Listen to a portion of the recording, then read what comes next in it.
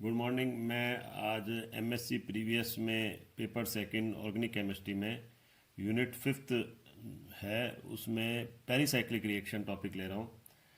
तो सबसे पहले मैंने इसके कुछ करेक्टरिस्टिक्स लिखे हैं। There is large number of chemical reaction of olefinic compound which do not involve any ionic और फ्री रेडिकल इंटरमीडिएट। यानी जो हम देखते हैं कि कई रिएक्शन होती है जिनमें कोई कैटायन या एनायन इंटरमीडिएट होता है या फ्री रेडिकल इंटरमीडिएट होता है। तो लेकिन इन रिएक्शन में एक विशेषता है, और ओलिफिनिक कंपाउंड की उनमें ये विशेषता है कि which do not involve any ionic और फ्री रेडिकल इंटरमीडिएट। यानी इनमें ना तो कोई कैटायन इन्वॉल्व होगा, ना एनायन इन्वॉल्व होगा, ना ही फ्री रेडिकल इंटरमीडिएट इसमें होगा।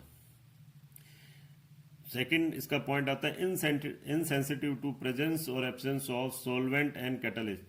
जनरली रिएक्शन जो होती है वो किसी पर्टिकुलर सॉल्वेंट के अंदर होती है, और कुछ रिएक्शन जो होती है वो कैटलिस्ट से भी इनिशिएटेड होती है, या कैटलिस्ट से वो रिएक्शन कैटलिस्ट से इफेक्टेड होती है, यानी कैटलिस्ट से रेट ऑफ रिएक्शन बढ़ जाता है। तो हम यहाँ कह रहे हैं कि ये रिएक्शन जो होती है वो सॉल्वेंट और कैटलिस्ट से प्रभावित नहीं होती, इनसेंसिटिव टू प्रेजेंस और absence of solvent and catalyst.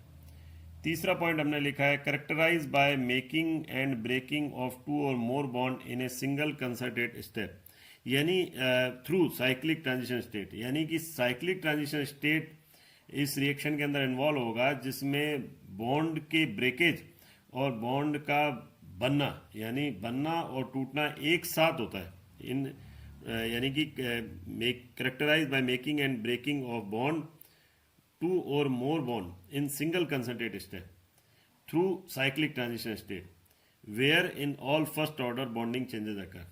तो इस प्रकार हम देखते हैं कि ये कंसंट्रेट रिएक्शन होती है, यानी कि जो बॉन्ड का बनना और टूटना एक ही स्टेप के अंदर होता है, और साथ ही ये इसमें साइक्लिक ट्रांजिशन स्टेट भी इन्वॉल्व होता है।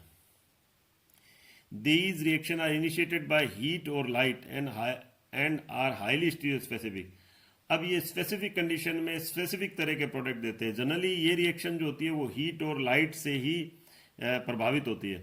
तो हीट और लाइट से, जैसे कि अगर मान लो ए है, तो अगर वो मान लो आपने हीट की प्रेजेंस में लिया तो वो बी बनाएगा, और अगर आपने प्रकाश की उपस्थिति में लिया तो वो क्या बनाएगा, सी। तो यानी ये स्पेसिफिक होती है, यानी स्पेसिफिक कंडीशन में स्पेसिफिक प्रोडक्ट का ही निर्माण करते हैं। Because of cyclic transition state they are known as pericyclic reaction. चूंकि इसमें चक्रीय संक्रमण अवस्था या साइक्लिक ट्रांजिशन स्टेट इन्वॉल्व है, इसीलिए इसको पेरीसाइक्लिक रिएक्शन कहा जाता है। तो ये हमने करेक्टरिस्टिक्स देखे क्या, कि एक तो इसमें किसी प्रकार का इंटरमीडिएट इन्वॉल्व नहीं होता, ये सॉल्वेंट और कैटलिस्ट से इफेक्टेड नहीं होती। हालांकि कैटलिस्ट से जब हम डील-सेल्डर रिएक्शन लेंगे वो प्रभावित होती है, वो देखेंगे। और इसमें बॉन्ड का ब्रेकेज और बॉन्ड का फॉर्मेशन सिंगल स्टेप में होता है, और साथ ही इसमें साइक्लिक ट्रांजिशन स्टेट इन्वॉल्व होती है, और ये हीट और लाइट से इनिशिएटेड होती है, और हाईली स्पेसिफिक भी होती है। तो these reaction are governed by Woodward and Hoffmann rule. ये रिएक्शन वुडवर्ड और हाफमैन रूल से गवर्नड होती है। वो किस तरह से, वो आगे हम लेंगे। अब आता है इसमें नेक्स्ट पॉइंट आता है conservation of molecular orbital symmetry. तो अब ये Woodward and Hopman offered A reasonable explanation for pericyclic reaction based on principle of conservation of orbital symmetry.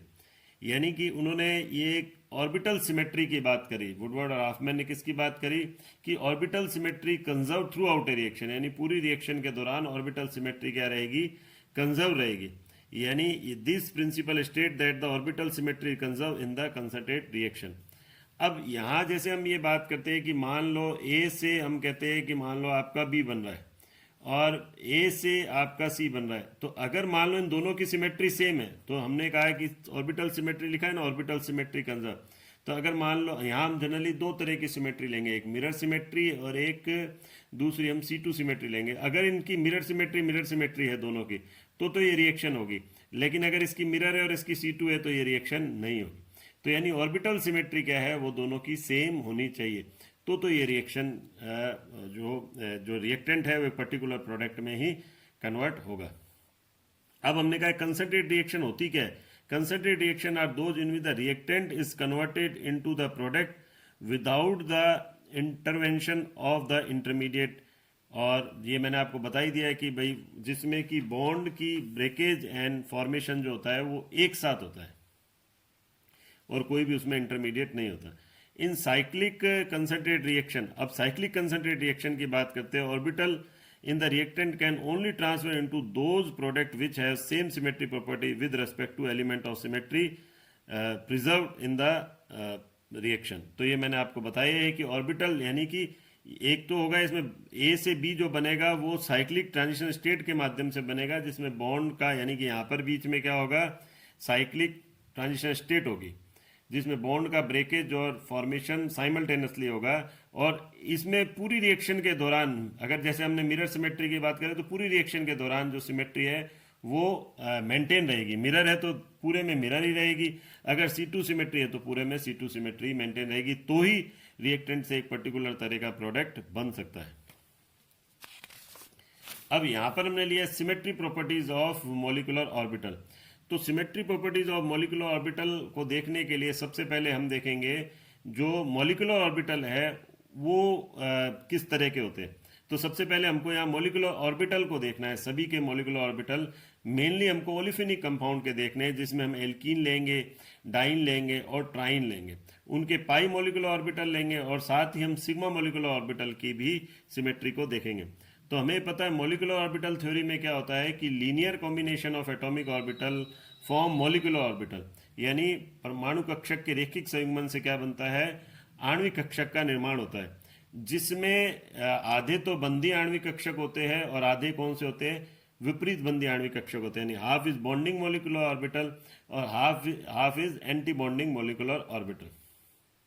Electron इनमें ऊर्जा के बढ़ते क्रम में भरे जाते हैं, यानी इलेक्ट्रॉन इन मॉलिक्यूलर ऑर्बिटल में कैसे भरे जाते हैं, ऊर्जा के बढ़ते हुए क्रम में। तो सबसे पहले हमने लिया, जैसे मान लो एल्कीन लिया, ये एल्कीन पे हमें पता है ये यहाँ पर पाई बॉन्ड है और पाई बॉन्ड हमें पता है किसके द्वारा होता है, इस तरह से ये कोलैटरल ओवरलैपिंग के द्वारा होता है। ये पाई बॉन्ड का निर्माण किसके द्वारा होगा, को एक्सियल द्वारा तो होगा, सिग्मा बॉन्ड का कोलैटरल ओवरलैपिंग के द्वारा ये हमारे पाई बॉन्ड का निर्माण होगा। तो हम कहते हैं दो, चूंकि पाई एटॉमिक ऑर्बिटल है तो दो ही मॉलिक्यूलर ऑर्बिटल बनेंगे, कौन से, एक तो बनेगा ये वाला बॉन्डिंग मॉलिक्यूलर ऑर्बिटल। जनरली हम इसको ऐसे दिखाते हैं या हम इसको इस प्रकार से भी दिखा सकते हैं,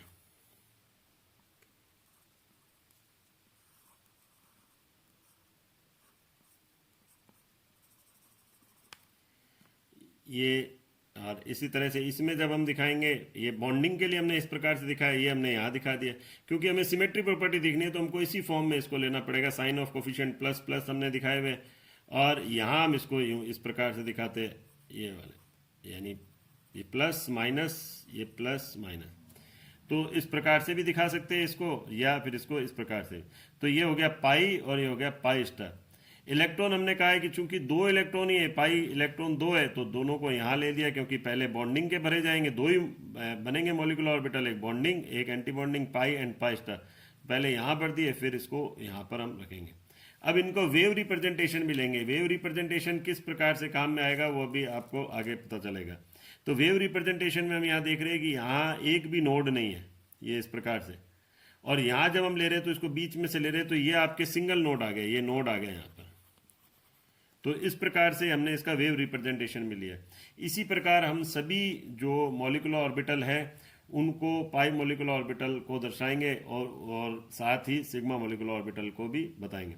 और इनकी सिमेट्री प्रॉपर्टी किस प्रकार से होती है, तो सिमेट्री प्रॉपर्टी में भी जैसे, अगर वैसे तो अभी आगे नेक्स्ट वीडियो में आएगा, लेकिन फिर भी जैसे इसमें मिरर सिमेट्री है, यानी एक पार्ट दूसरे का क्या हो गया, मिरर इमेज है। अगर मैं यहाँ से इसको कट करता हूँ तो इसमें मिरर सिमेट्री है, लेकिन इसमें कौन सी हो गई, इसमें C2 सिमेट्री है, क्योंकि इसको 180 से अगर मैं रोटेट करता हूँ, C2 मतलब 360/2, 180 से रोटेट करने पर हमको सेम अरेंजमेंट प्राप्त होता है।